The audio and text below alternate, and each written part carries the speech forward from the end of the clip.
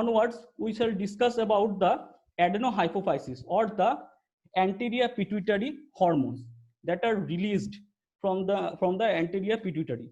So as we have previously discussed, the anterior pituitary hormone is actually synthesized by the action of the arcuate nucleus present in the hypothalamus. Which cell of the arcuate nucleus? It is the parvicellular cell, and this parvicellular cell via the tuberohypophyseal and the hypothalamo-hypophyseal portal system, they actually released several releasing factors like the corticotropin releasing hormone, then thyrotropin releasing hormone, similarly GnRH, gonadotropin releasing hormone, then growth hormone releasing hormone, and prolactin releasing hormone. And they ultimately will work on the several cells present in the adenohypophysis. And finally, by the action of this, several hormones will be released and biological action will be produced. So let's discuss one after another. First one is the production of the ACTH. How ACTH will be synthesized from the corticotrope. So ACTH synthesis from the corticotrope in anterior pituitary. How it will possible? So let's discuss with this. First, the within the hypothalamus arcuate nucleus in the parvicellular cell, there is the corticotropin releasing hormone neuron, CRH neuron is there. So CRH neuron is there, and this CRH neuron actually release CRH. They actually release which factors? Corticotropin releasing hormone factor at the medial or the median eminence, at the median eminence and the infundibular. Subsequently, this corticotropin releasing hormone will work at the corticotrope cell. So suppose this is the corticotrope cell. Now this corticotrope cell, this is the corticotrope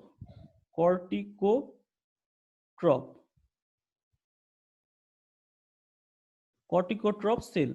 Now this corticotrope cell will have the G protein coupled receptor for the corticotropin releasing hormone.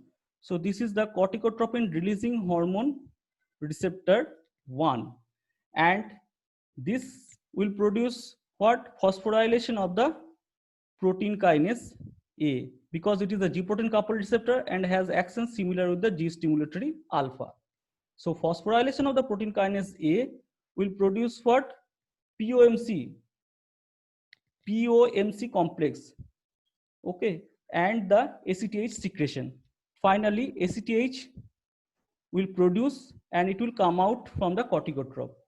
ACTH at the physiological level will do what? It will work on the adrenal cortex. It will work on the adrenal cortex.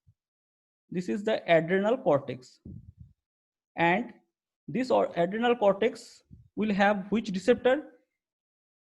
MC2R receptor. This receptor is known as the MC2R receptor. It is also G protein coupled receptor and has action similar with the G stimulatory alpha. Again, there will be phosphorylation of the protein kinase A. So phosphorylation of the protein kinase A ultimately will produce steroidogenesis and the cell growth. Finally, there will be release of the cortisol. So cortisol is basically released from the adrenal cortex. It has diverse physiological effects. In particular, it will actually increase the blood glucose level and decrease the inflammatory response. On the other side, it is also known as the stress hormone. So main two function of the cortisol is that it is actually help in the increasing blood glucose level and help to peripheral utilization of that glucose and decrease the inflammatory response. So anti-inflammatory effect is there, and also it has it is known as the stress hormone, or during the stressful situation it actually help to combat the stress in our body. That's why it is known as the stress hormone. Now by this by the physiological action of the ACTH, this will happen. And after that, there will be long loop feedback inhibition. Long loop feedback inhibition by the cortisol. Now, this cortisol is actually inhibit this corticotropin releasing hormone neuron. So this is known as the long loop feedback inhibition. So this is known as the long loop feedback inhibition. On the other hand, at the physiological limit, this ACTH also inhibit the same thing, that is the corticotropin releasing hormone neuron, and this is known as the short loop. One is the long loop inhibition, one is the short loop feedback inhibition. So this is the physiological function.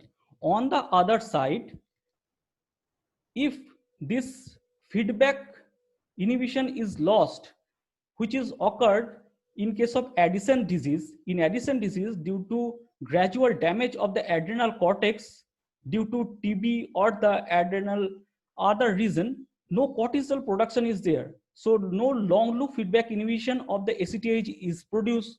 As a result of this, there is hyper accumulation of the ACTH or increased accumulation of the ACTH, and this ACTH will come beyond the physiological limit, and it is known as the supraphysiological level. So when there will be Addison disease and due to tuberculosis or other reason, if there is lesion in the adrenal cortex, low or less concentration of the cortisol is there in the circulation, there is unopposed action of the ACTH, and ACTH accumulate maximally, and it is known as the supraphysiological level of the ACTH. So at the supraphysiological level of the ACTH, what it can do? So at the supraphysiological level, when there will be increased ACTH concentration, which is known as the supraphysiological ACTH level, this ACTH will work on the melanocyte in the skin. So this ACTH will work on the melanocyte. This is the melanocyte skin cell. Melanocyte skin cell. Okay, and this melanocyte skin cell will have the low affinity binding receptor, which is known as the MC1R receptor. Here it is known as the MC1R receptor. Under the physiological limit, ACTH will work on the MC2R receptor, and at the supraphysiological limit, ACTH will work on the MC1R receptor. Now this MC1R receptor, after attached with the ACTH, as it is a G protein coupled receptor, has action similar with the G stimulatory alpha, it will phosphorylate what? Protein kinase A. So protein kinase A phosphorylation will again be there, and increased melanin synthesis and dispersal will occur. There will be increase in the melanin synthesis. So melanin synthesis will be hyper increased, and dispersion will occur. Skin darkening is there. So skin darkening. So one of the important clinical feature of the Addison disease is the skin pigmentation, hyperpigmentation of the skin in case of Addison disease. Addison disease, when there will be decreased cortisol level, or in case of lesion in the adrenal cortex, or in case of tuberculosis, there will be unopposed action of the ACTH on the MC1R receptor, by which the hyperpigmentation of the skin or skin darkening will occur due to increased melanin synthesis. On the other side, at the physiological limit, this there is a alpha MSH. Alpha MSH is produced, and this alpha MSH actually, under the physiological circumstances, though there will be increase in the ACTH, it actually inhibits this MC1R receptor. So at the physiological limit, though there will be increased ACTH synthesis and increased ACTH concentration is there due to some reason, but still there will be no darkening of the skin because presence of this alpha MSH. And this alpha MSH actually produce from where? It will actually produce from the keratinocytes in the skin. So this alpha MSH is actually produced from the keratinocyte. This is not melanocyte. Keratinocyte is the site. Keratinocyte of the skin by the action of the ultraviolet rays, UV light. This alpha MSH will produce by the action of the corticotropin releasing hormone, and by this way it actually block or inhibit the MC1R receptor, so that skin darkening or hyperpigmentation of the skin should not be occurred, though there is increase in the ACTH concentration somehow. So this is the negative feedback of this hyper increased ACTH level. So this is all of, and if there is increase in the cortisol level of the blood, we all know the disease that is produced is known as the Cushing syndrome. So Cushing syndrome will occur if there is increase in the cortisol level.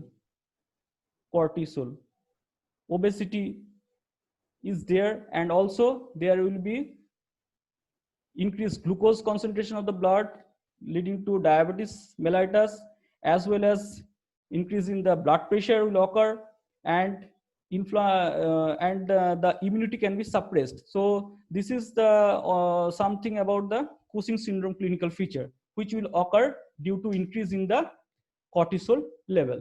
So this is all about our corticotrope and the action of the corticotropin releasing hormone. Now we shall discuss about the thyrotrope or the thyrotrope cell, where from the TSH is actually produced, and ultimately from the thyroid gland it actually help to produce the T3 T4 hormones, one of the important hormone in our body, which has several cellular action. So what are the triggering factors for the stimulation of the thyrotropin releasing hormone neuron, which is present in the arcuate nucleus or the parvicellular cell? So stress, first is the stress, as well as infection, as well as the starvation. These are the main three stimulating factor for the TRH neuron. By these three action, the TRH neuron is actually stimulated. TRH neuron will be stimulated, and also if there is increase in the temperature on the BMR, they are also increase the TRH neuron stimulation. And from this TRH neuron, which factor will be released? TRH, thyrotropin releasing hormone, by the adenohypophyseal portal tract. And this TRH ultimately will work on the thyrotrope cell present in the anterior pituitary. So this is the thyrotrope. This thyrotrope cell in the anterior pituitary will have the TRH receptor. TRH receptor. This TRH receptor is actually G-protein coupled receptor and has action similar with the GQ. So GQ mediated action will lead to increase in the inositol triphosphate concentration, as well as the phosphorylation of the protein kinase C, and ultimately there will be increase in the calcium ion concentration in the circulation. And they actually help, as well as if there is phosphorylation of the protein kinase C, we all know due to phosphorylation of the protein kinase C, there will be increased transcription, translation process, and the protein synthesis. So TSH is basically a protein, and which is actually synthesized by direct action of the protein kinase C and the indirect action of the inositol triphosphate. So TSH actually synthesis ultimately secrete from the thyrotrope. Okay, so TSH will come into the circulation. Now this TSH will work on the thyroid epithelial cell. So this is the thyroid epithelial cell. Thyroid epithelial cell. And in the thyroid epithelial cell, what is there? Present thyroid TSH receptor. No fun in telling that TSH receptor. So this TSH will work on this TSH receptor. And this TSH receptor is nothing but a G-protein coupled receptor and has action with the G-stimulatory alpha. So here G-stimulatory alpha action is there. phosphorylation of the protein kinase A is there ultimately, and this phosphorylation of the protein kinase A will ultimately produce all aspect of the thyroid hormone synthesis and secretion as well as the cell growth. So ultimately, by the action of the protein kinase A, the main hormones that are released from the thyroid epithelial cell are the T3 and the T4. And it has diverse physiological function which can affect in our circulatory system, in the heart, in the GI system, in our mental well-being, and neuromuscular cell growth, several things. So this will be discussed in other lecture, the role and action of the T3 T4. Now here what will happen after this synthesis of the T3 and T4, they are actually inhibit the TRH neuron, which is known as the long loop feedback inhibition.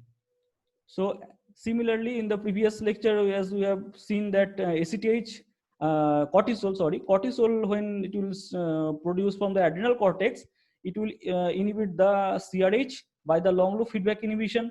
And similarly, the TSH also can inhibit the same thing, TRH neuron. It is known as the short loop feedback inhibition.